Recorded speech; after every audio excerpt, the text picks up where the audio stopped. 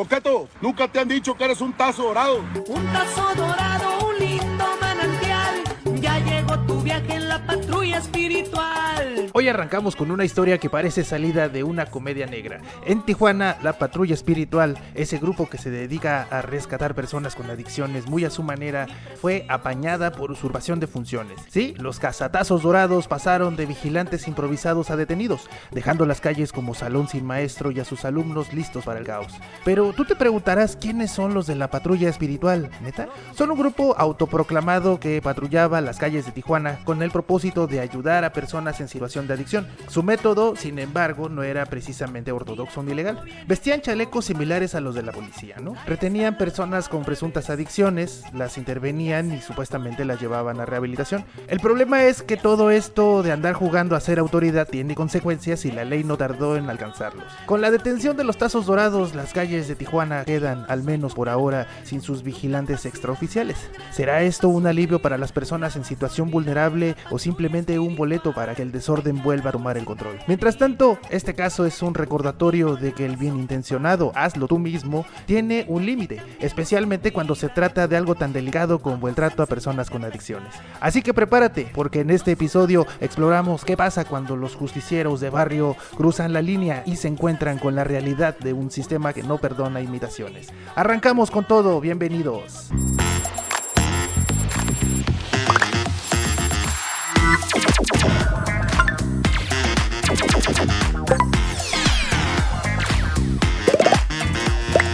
Estás en Onda.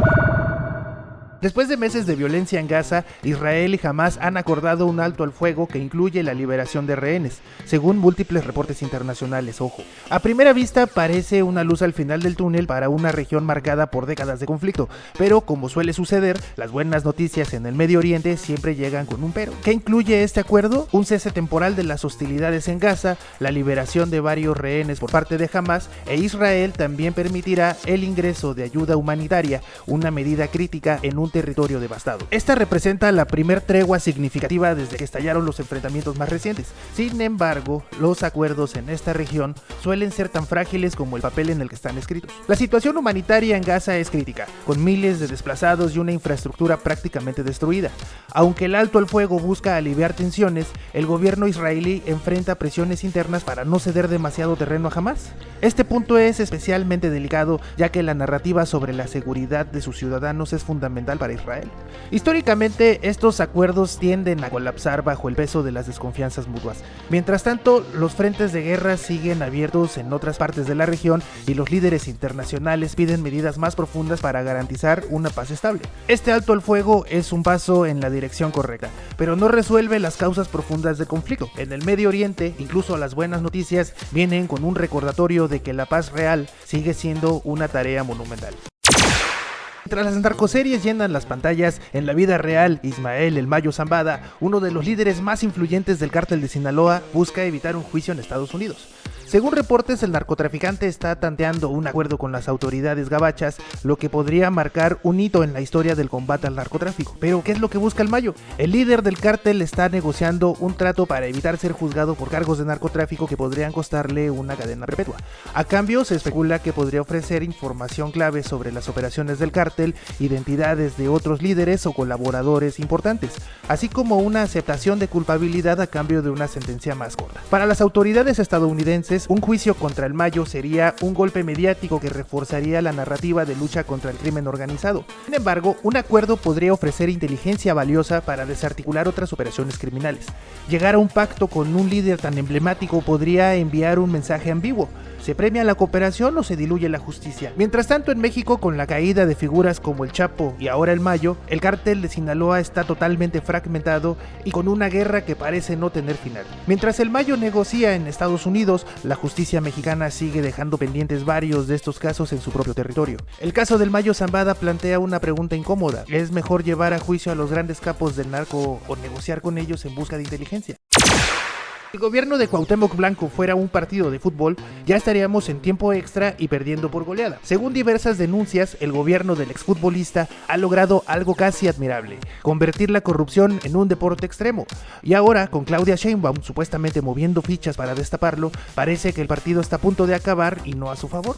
Denuncias por corrupción generalizada, vínculos con una red criminal, manejo turbio de recursos y un estado en crisis es la lista de cargos que no deja de crecer, y aunque el Cuau parecía tener inmunidad gracias a su carisma futbolero, el escenario se le está complicando y mucho. Raimundo Rivapalacio lo describe como insostenible, y es difícil no estar de acuerdo. Blanco, que pasó de ser ídolo de las canchas a protagonista de escándalos políticos, parece haber olvidado que aquí no hay árbitros para protegerlo con un penal dudoso. La entrada de la presidenta en este partido agrega una capa interesante al drama. Algunos ven su interés como un intento de limpiar su imagen política de cara a las elecciones, mientras que otros lo interpretan como un movimiento estratégico para consolidar poder en Morelos. ¿Es este un acto genuino de justicia o simplemente otra jugada política? Quizá ambas, pero lo que queda claro es que el Cuau no podrá driblar esto tan fácil. Hasta ahora, Blanco ha respondido a las acusaciones con la misma técnica que ocupaba en las canchas, evadiendo, pero el tiempo se agota y la presión no solo viene de la oposición, sino también de aliados que ya no quieren cargar con el peso de su gobierno. La historia de Cuauhtémoc Blanco es un recordatorio de que el carisma puede llevarte lejos, pero no te protege para siempre. En política, como en el fútbol, la hinchada te abandona cuando dejas de meter goles y empiezas a coleccionar escándalos. Pasando a otro partido, en una jugada que algunos llaman acto de resistencia y otros simplemente berrinchitos, la Suprema Corte ha validado el paro de 2 meses del Poder Judicial contra la controvertida reforma judicial. Mientras tanto, las opiniones públicas están tan divididas como los expedientes acumulados en los tribunales. La reforma judicial, impulsada por el gobierno, busca democratizar el Poder Judicial y ajustar funciones dentro de él, pero el Poder Judicial, lejos de sentarse a negociar, optó por apagar las luces, cerrar la puerta y anunciar que no jugará más hasta nuevo aviso. La validación de este paro por parte de la Corte genera un mensaje potente. Los jueces no solo defienden sus derechos laborales, sino que también lanzan una advertencia política. Eso sí, mientras ellos debaten, los ciudadanos enfrentan un retraso monumental en la impartición de justicia. Berrinche o resistencia legítima. La editorial de la jornada no se guardó nada, calificando este acto como un movimiento autodestructivo. Y, aunque para muchos esto pueda sonar exagerado, es cierto que un paro tan prolongado podría erosionar la confianza pública en una institución ya bastante cuestionada. Por otro lado, el paro también puede interpretarse como un intento legítimo de proteger la autonomía judicial frente a reformas que, según sus críticos, buscan politizar aún más el sistema. Pero, a final de cuentas, ¿quién gana y quién pierde? Pues pierde de entrada el ciudadano común, quien sigue esperando justicia en casos que ya llevan años estancados. Pierden también los abogados postulantes, que ahora enfrentan retrasos en sus procesos y en muchos casos en sus ingresos. Y quienes ganan, pues como siempre, los políticos, que aprovechan el caos para reforzar sus narrativas, ya sea criticando al Poder Judicial o justificando la reforma. El paro al Poder Judicial es el equivalente institucional a tirarse al suelo en un berrinche espectacular. ¿Es válido? Tal vez. ¿La mejor estrategia? Bueno, eso está por verse. Lo único seguro es que, como siempre, los que pagan el precio son los ciudadanos, atrapados en un sistema que, en lugar de impartir justicia, parece más interesado en defenderse a sí mismo.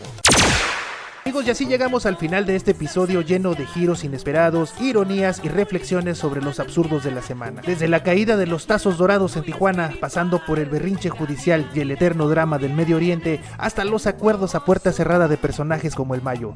Hoy aprendimos que la realidad siempre puede superar a la ficción y que, como en este caso, andar jugando a la justicia sin reglas claras puede tener un final muy poco espiritual. Recuerda apoyarme, dale like, comparte este episodio y comenta qué te pareció.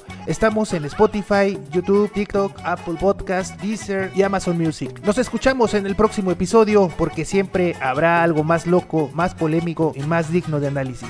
Hasta la próxima, sigamos en onda. Esto fue una producción de